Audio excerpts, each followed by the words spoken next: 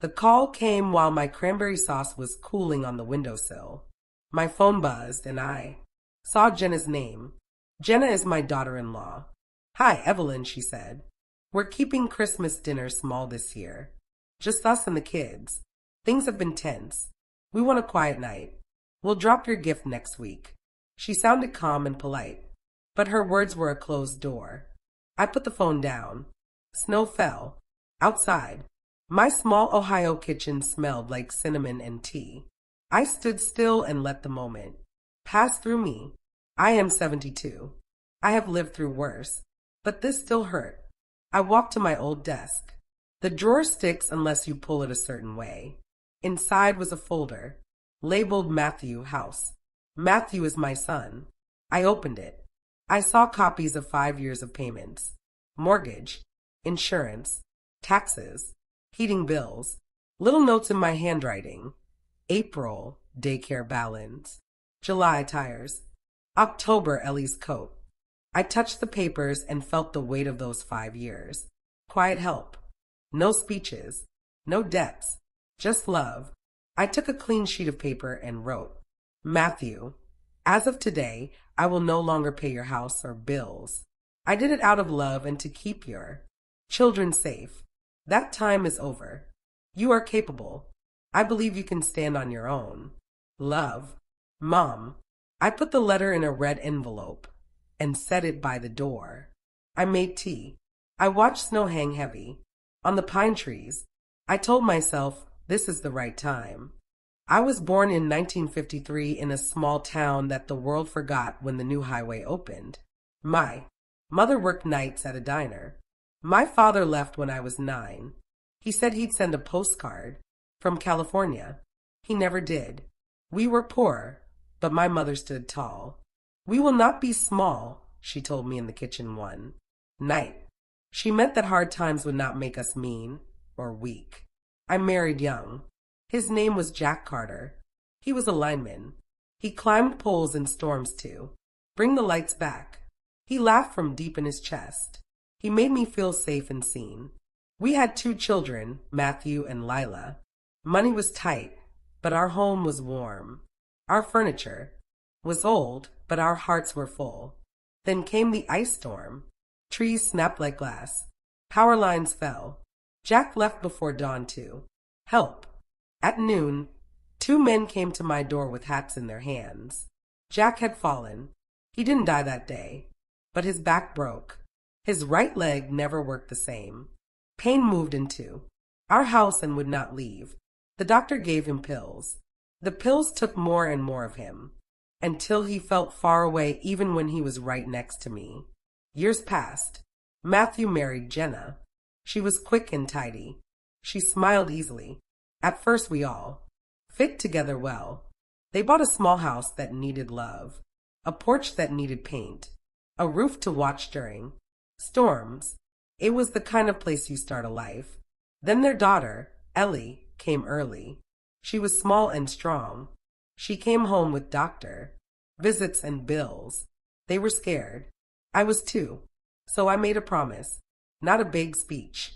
Just at their kitchen table with a mug of tea and a folded paper napkin. For 5 years, I said, I will keep your roof paid. I'll help with the house and what the kids need, no matter what. They said I didn't have to. I said I wanted to. I wanted them to breathe. I wanted the baby warm and safe. So I paid.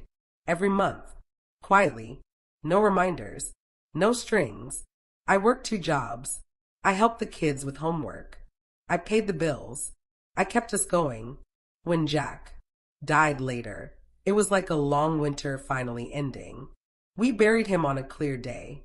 I held my children's hands. The ground felt steady because it had to. The first year, holidays were joyful. The second year, there were sharp words over small things. By the third year, I was told to text before visiting. I understood. New parents build routines. By the 4th year, tension sat at the table like a guest who wouldn't leave. Jenna's mother, Valerie, is neat and exact. She loves Ellie. She also wants control. We did not mix well. I tried to be calm, I made mistakes. I bought Ellie shoes with laces because I think kids should learn. Jenna wanted Velcro. I told a story that made Matthew look careless without meaning to. Jenna told me that. Hurt him. I stopped telling stories. I went quiet. The 5th year, I still paid the bills. I serviced their furnace. I bought Ellie warm coats. I kept my promise, but I began to feel like a guest in my own family. Then the call came. We're keeping Christmas small. That was my last sign. I finished my tea. I sealed the red envelope. I put on my boots and hat. I walked to the corner mailbox in the snow. The letter fell inside with a soft sound. Done. Later that morning, when the storm softened, I put on my coat. Stay for breakfast, Matthew said. I will next time, I said. Today, I'm going to go before the roads get worse. At the door, Jenna touched my arm. Please come for Sunday dinner, she said. No big show. Just us. We need to start again. Better. I like that, I said. Before I left, I bent to Ellie. I gave her a small silver locket with a tiny bird engraved on it. This is yours, I said. Inside is a piece of paper with a word. When you're older, you can read it. What does it say? She asked, eyes wide. It says a word that belongs to our family, I said. Someday you'll understand it. She smiled and closed her hand around the locket. Bye, Grandma, she said. Thank you for the bird story. Anytime, I said, standing tall. After the storm, life did not turn perfect. It turned honest. Matthew took extra shifts. He learned to say no to things he could not afford. He learned to call. The bank before the bank called him. He kept a small notebook of every bill and every date. Jenna sold the second car and canceled 2 monthly plans they didn't use. She learned to share. Decisions. She asked me for my soup recipe and for the trick to get stains out of white shirts. I asked her for her system to label kids' boxes and for how she keeps the calendar straight. We traded skills. We gave respect. On Sundays, I came for dinner. Sometimes Valerie came too. We learned to be kind in the same room. We did not have to be close to be decent. There were rules for Sunday dinner. No talk about money at the table. No criticizing in front of the kids.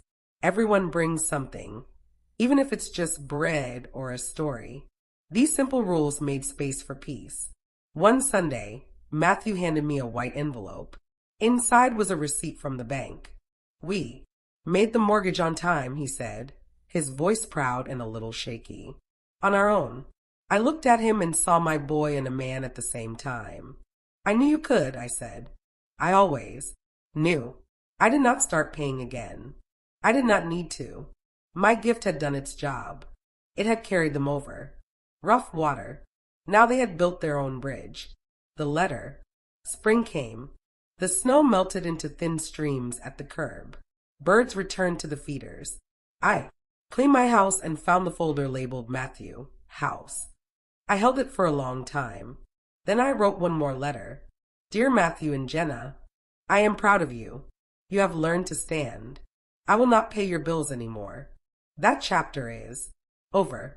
But I will always be here with my time, my hands, and my love.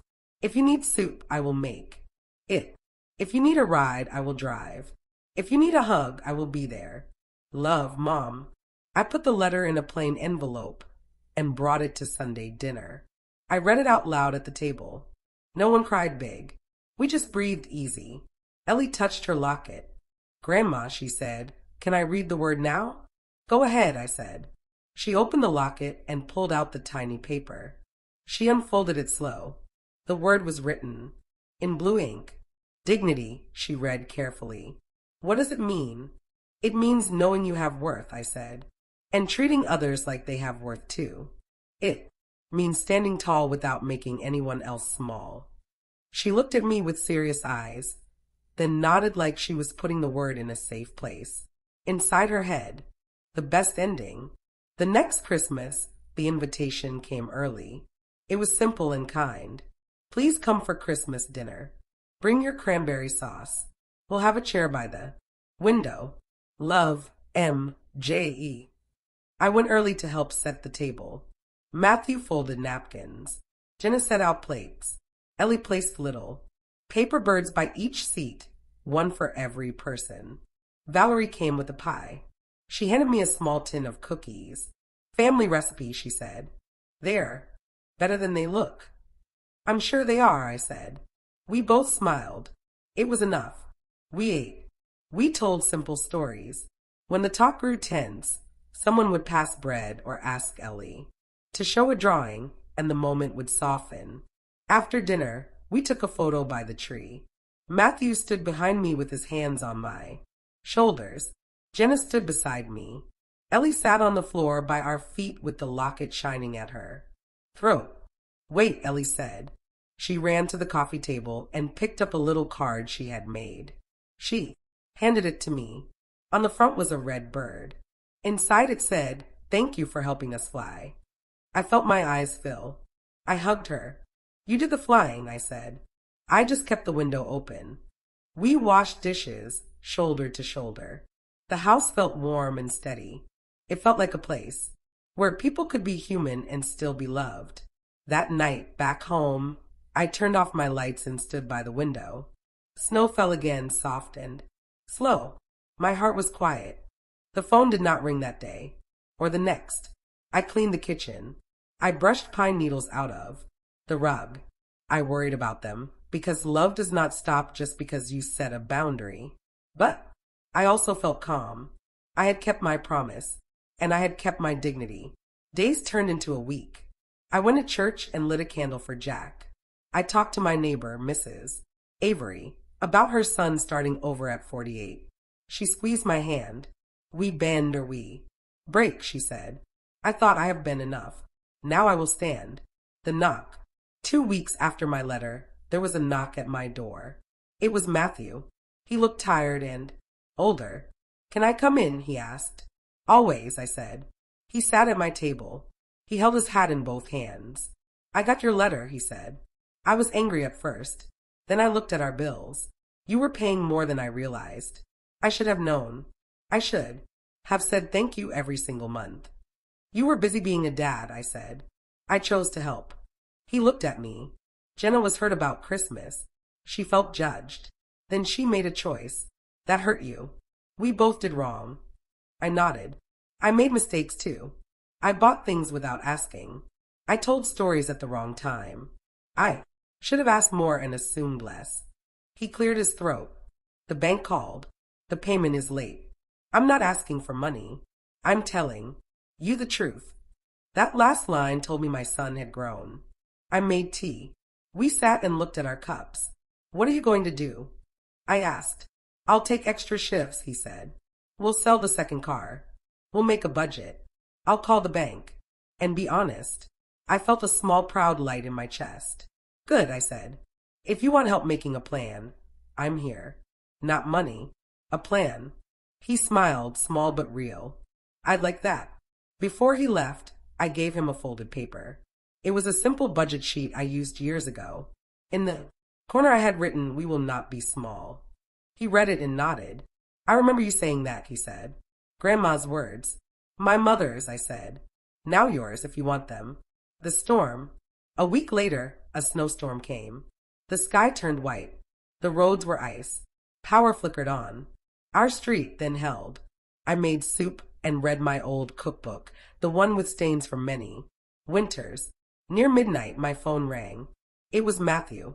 His voice shook. Ellie has a fever. We called the doctor. We think it's the flu. Jenna is crying. I'm scared. I'm coming, I said. The roads, he started. I'm coming, I said again. I drove slow. Snow blew across the windshield like white sheets. When I reached their house, the porch light was on. I knocked and went in. Jenna stood in the hallway with wet eyes and messy hair. She looked at me and opened her arms. I held her for a second. We'll be okay, I said. Ellie lay hot and flushed on the couch, shivering under a blanket. I checked her forehead with my hand. We'll do small things, I said. Sip water. Cool cloth on the head. Medicine on time. Call if it gets worse. We moved like a team. Matthew measured medicine. Jenna read the doctor's notes. I sat by Ellie. and told her gentle stories about snowflakes and warm beds. Grandma, Ellie whispered, tell me the bird story. She meant the story about the cardinal at my feeder who came every winter. I told it. She relaxed. Her breathing slowed. After a while, her fever eased a little. We took turns, dozing on the couch and chairs. The storm raged outside. Inside, it was quiet and slow. Around 4 a.m., Jenna made tea and brought me a cup. She sat across from me at the kitchen table. I'm sorry, she said, for Christmas, for the way I spoke in the past. I let my pride lead me. I wanted things perfect. I forgot the most important thing is people. I looked at her for a long moment. I'm sorry too, I said, for overstepping, for not always asking, for thinking my way was the only way because it worked for me. She nodded. I thought you used money to control things, she said. Now I see you were trying to make space for us to breathe. I ended the payments because I was hurt, I said. It was my way of saying, see me. Respect. Me. It felt like revenge for a day. Then it felt like a boundary. Now it feels like the right line. She wiped her eyes and gave a small laugh. I grew up with a mother who made lists for everything, she said. I thought control was love. I'm learning that love is not control. It is showing up at 1 a.m. in a snowstorm with a calm voice. We sat quietly drinking tea. In the living room, Matthew slept in the armchair with a blanket over his knees, his mouth open a little, just like when he was small. I felt tired and grateful. At sunrise, Ellie's fever broke. She woke up and asked for toast. We made some and she ate it. Slow, like a bird, bite by bite. We smiled at each other in relief. I thought of my mother in our old kitchen saying, we will not be small. I thought of Jack's thumb tapping a hymn on my knee. I thought of Matthew's tired eyes turning proud. I thought of Jenna's brave apology in a storm. I thought of Ellie reading dignity like a promise. This is what I know now. Love is not money. Love is showing up. Help is not control.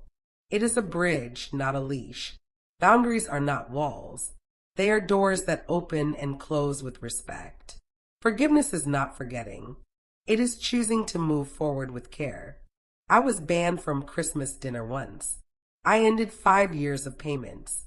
It felt like revenge for one day. Then it became a lesson.